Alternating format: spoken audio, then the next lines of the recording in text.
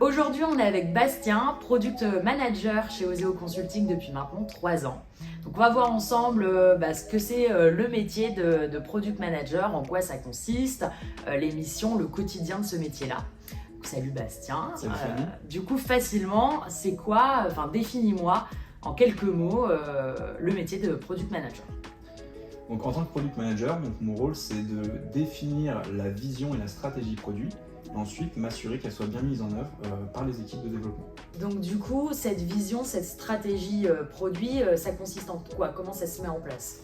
Donc en fait, notre objectif c'est d'identifier les problématiques ou les besoins des utilisateurs et de créer donc, des produits ou des outils qui répondent à ces problématiques. Et donc l'objectif c'est d'atteindre un espèce d'idéal pour cet utilisateur qui soit un monde parfait et qui résolve l'ensemble de ses problèmes.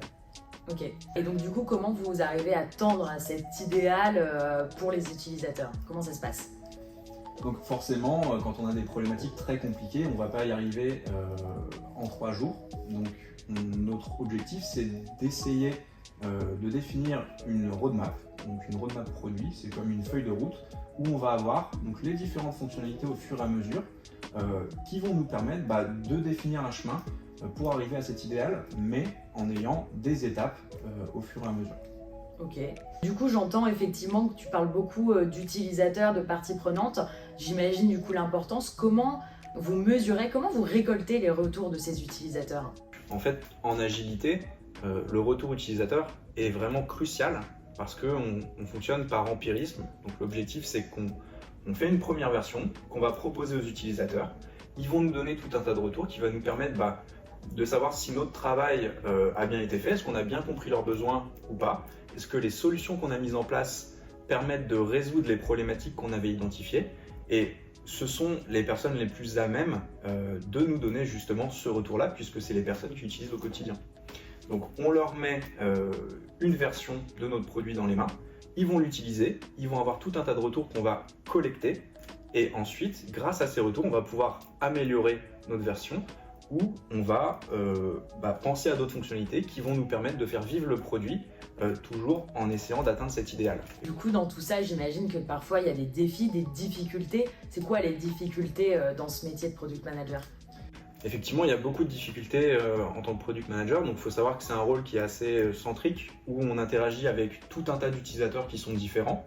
Donc ça peut être les métiers, les utilisateurs finaux, on a aussi l'entreprise, et chacun en fait de ces parties prenantes ont des besoins différents ou ont une vision peut-être aussi différente de ce qu'on doit faire et des différents enjeux.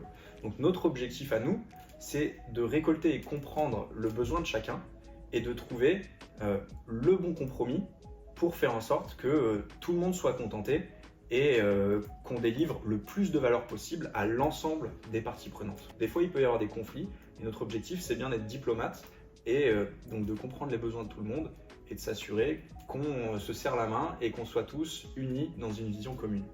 Cette vision, du coup. Exactement. Ok, super. Et du coup, donc une fois que tout a été fait, les utilisateurs ont donné leurs avis, ont donné leurs résultats, ce qu'ils en pensent, la roadmap a été bien faite, tout va bien dans l'agilité et dans le confort de tous et pour tous les utilisateurs et pour toutes les parties prenantes. À la fin, du coup, comment vous faites pour mesurer l'efficacité de votre produit? Donc effectivement, le retour utilisateur, c'est un très bon feedback.